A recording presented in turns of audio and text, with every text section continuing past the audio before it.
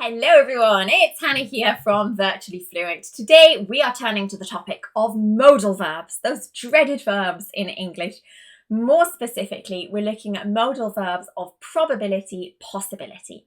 Now, if you want to expand your knowledge of modal verbs, just review those quick grammar rules about modal verbs and the pronunciation of all these words, using them correctly. We have loads of activities, downloadable resources on our website. I've left the link for a course on this particular topic in the description below.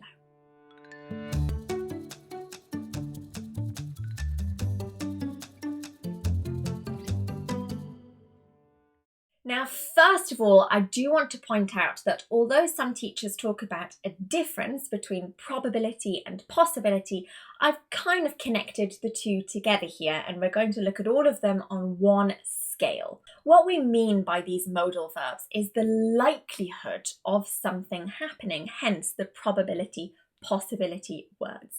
Now, these particular words can sometimes be used in past and present. Today, we are only focusing on the possibility or the probability in the present time. So we're only looking at the present form of these modal verbs. And the way that we're going to look at them is by using this scale of probability possibility. So right over at the end, we have this 100% chance that something is going to happen. Basically certain, you have total certainty of something happening. And of course, the lower down the scale we get, the less likely a particular event is to happen. So we'll start up at the top end with 100% certainty. Basically, the synonym is I am sure, I am 100% certain.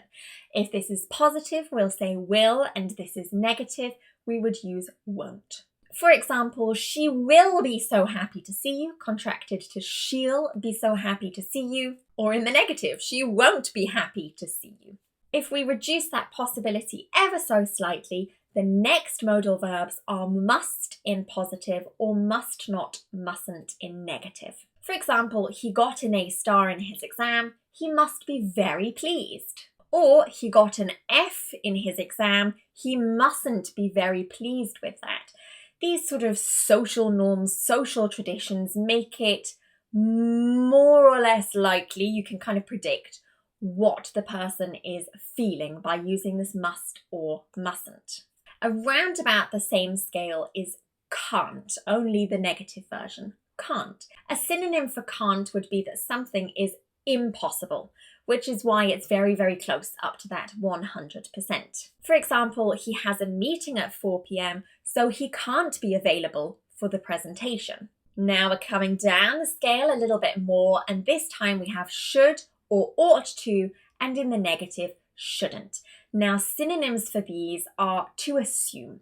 Here you are making an assumption based on society, based on your opinion, but you're not 100% certain that this is what is going to happen. For example, the plane is scheduled to arrive at 5 p.m. and now it's 4:48 p.m. The plane should arrive very soon. And you can replace should with ought to.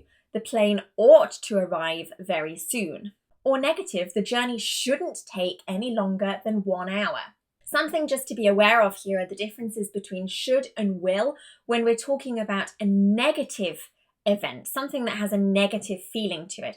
Imagine you are predicting that there are going to be lots of people on the tube and you want to say that there will be lots of people on the tube. In that case, we would not say there should be too many people. We would need to say there will be too many people.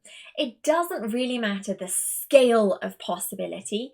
You're kind of predicting, knowing whether there's going to be a lot of people on a tube or not is not 100% certain. However, because it's got this negative feeling, this negative attitude, we would not use should, we would use will instead. There will be too many people. So this is a sort of exception to those rules that we've just learned. Now we're coming right down the scale to about 50%.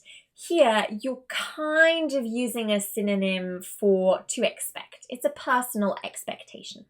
We have might, may, could, mightn't, or may not. For example, we're running late, but we might arrive on time. Now, may is exactly the same. We're running late, but we may arrive on time. And could is exactly the same. We're running late, but we could arrive on time. And in negative, I thought he said he lived on this street, but he might not live here. And may not is exactly the same. He may not live here. Now, the final modal verb of probability possibility we're going to look at is can. Now, this is a little bit strange because it doesn't really give us a scale. It doesn't give us a sense of how possible something is. It just tells us that something is possible. There is a possibility. The possibility exists. For example, it can be expensive to live in London.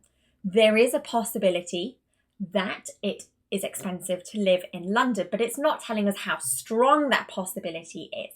So can is a little bit more broad when we are talking about the scale of possibility probability. So those are the typical modal verbs that we use to talk about how possible, how probable something is in English. I highly recommend that you just learn the scale. Learn which ones are really strong, which ones aren't so strong, and just remember those particular exceptions such as should and will being used with negative consequences instead. So hopefully that's cleared up the topic of using modals of probability, possibility in English. If you would like to practice these, you can take our modal verbs course. I've left the link to that in the description below, and I've also left links to all of our social media channels because you can find us not just here on YouTube, but also on Facebook, Instagram, LinkedIn, Twitter. All those links are below, and we provide loads of free resources, so definitely check those out. Don't forget to subscribe to our YouTube channel and turn those bell notifications on so you know exactly when all of our videos are released, just to help you expand and improve your English grammar, pronunciation, vocabulary, conversation, and of course learn stuff about the British culture as well. This is Hannah from Virtually Fluent, bringing English to life.